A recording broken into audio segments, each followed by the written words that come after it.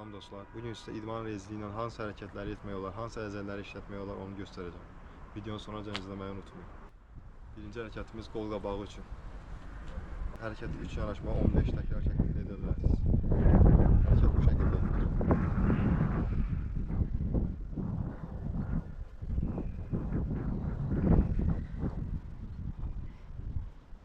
İkinci hərəkət qol arxası üçün.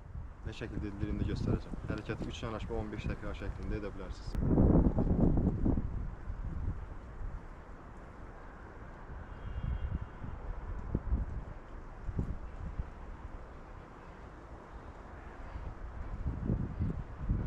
Üçüncü hərəkət çiyinlər üçün. Hərəkəti 3 yanaşma 15 təkrar edə bilərsiniz.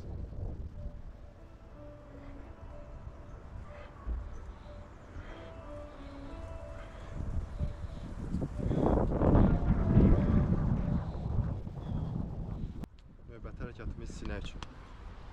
Hərəkəti 3 yanaşma 15 təkrar edə bilərsiniz.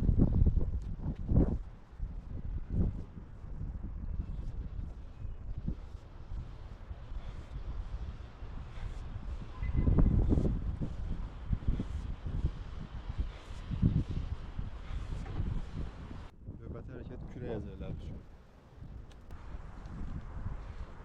Hərəkəti 3 yanaşma 15 təkrar edə bilərsiniz.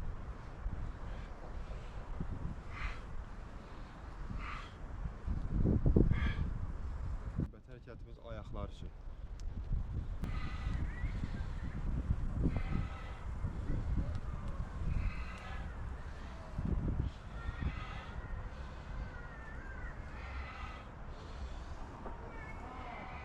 Bu kimi videoların davamlı olmağını istəyirsinizsə kanala abunə olmağı və bəyənməyi unutmayın.